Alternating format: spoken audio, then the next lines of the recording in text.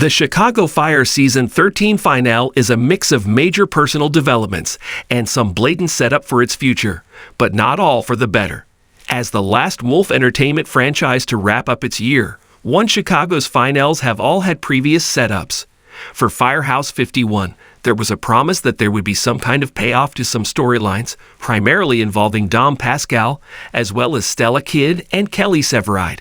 Sadly, there was also an expectation that a couple of characters would be saying goodbye. Chicago Fire Season 13, Episode 22. It had to end this way. Juggles multiple storylines, but all of them center on relationships within Firehouse 51. It's no secret that its ensemble is the series' main draw, so it makes sense that the biggest storylines in its final hour of the year are about those dynamics. However, not all developments are great. Some are even conflicting. What became of the verified exits from the Chicago Fire? It appears that Ritter and Carver are staying at Firehouse 51. The departure of Jake Lockett and Daniel Keary as Darren Ritter and Sam Carver was already revealed before to the final. Even though leaving characters are nothing new to One Chicago, this is nevertheless a worrisome development. I believe that the best Chicago Fire stories were still to come for both Ritter and Carver. But the choice probably came down to cost-cutting tactics, which have been a feature of broadcast TV shows for a long time. I feared that the conclusion would provide an explanation for their departures, but it doesn't. Rather, they maintain both personalities as active Firehouse 51 members. Unless something changes, this means the burden to explain their absence moving forward lies on Chicago Fire Season 14. And by then, there's so much more pressure to find a justified way for their departure. Sadly, I think delaying the inevitable is only making things worse. Both characters have been severely underused throughout their time on the show.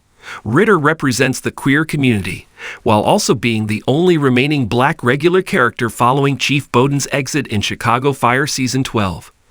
Meanwhile, Carver has been doing a great job gradually integrating himself into the tightly knit team, while also developing the best slow-burn romance currently on the show, until his out-of-pocket relapse happens. He reveals that he put in an application in Denver so he could continue his sobriety there, but I never really bought his explanation about how staying in Chicago makes his recovery more difficult. If anything, being surrounded by people who genuinely support him should be good. Then again, Chicago Fire Season 13 eventually pivots and rekindles Carver and Violet's romance. Finally, a better story for Kelly Severide and Stella Kidd. Kelly Severide and Stella Kidd's pregnancy reveal is rushed but better than their adoption arc. I have never really cared about Kelly Severide and Stella Kidd's adoption storyline, primarily because we have seen a version of this narrative multiple times in One Chicago. Still, I appreciated that Chicago Fire is finding ways to move the couple's story forward, which leads to the revelation that Kidd is pregnant and it had to end this way. The pair's relationship hasn't been easy, so ending their year with this reveal is exciting for anyone rooting for them. I would rather Chicago Fire Season 14 see them have fiery discussions about the pregnancy than simply disregard Kidd's initial concerns.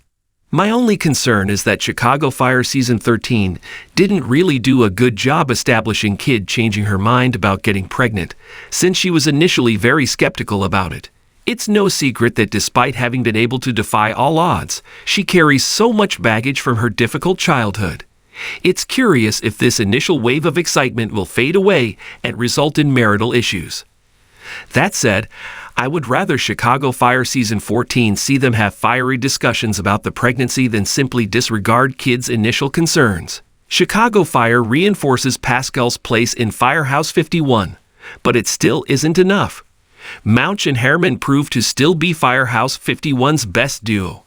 Aside from the inevitable character exits, unless NBC changes its mind, there are other big things to come for Firehouse 51, and they are tied to leadership.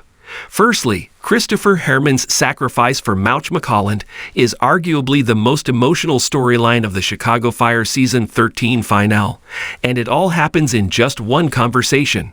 With that switch, it's safe to say that Pascal's place is secured, especially after getting the vote of confidence from Severide, who goes to great lengths to protect his new boss.